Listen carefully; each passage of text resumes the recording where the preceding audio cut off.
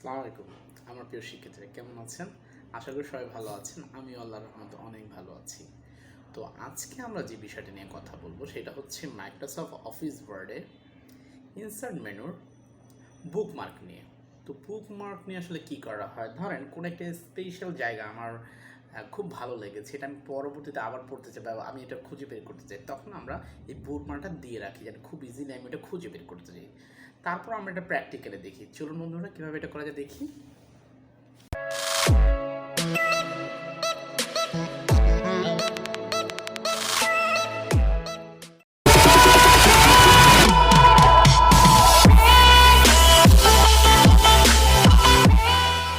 আজকে আমরা যে বিষয় নিয়ে শিখব সেটা হচ্ছে ইনসার্ট মেনুর বুকমার্ক।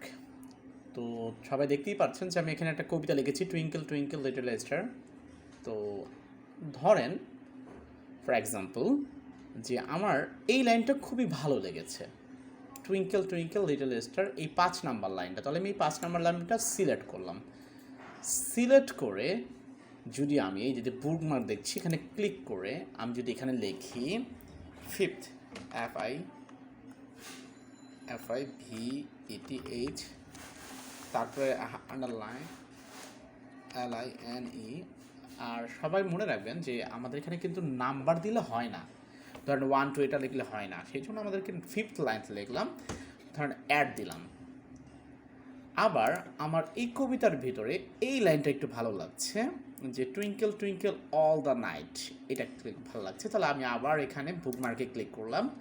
সেখানে এটা কত নাম্বার লাইন, ধরুন 10 নাম্বার লাইনে যে অ্যাডে ক্লিক করব, যেটা আমার ভালো লাগে সেটা আমি করব। সেটা করে আমি নতুন যদি আমি নিতে চাই তাহলে আমার লিখব 10th লাইন,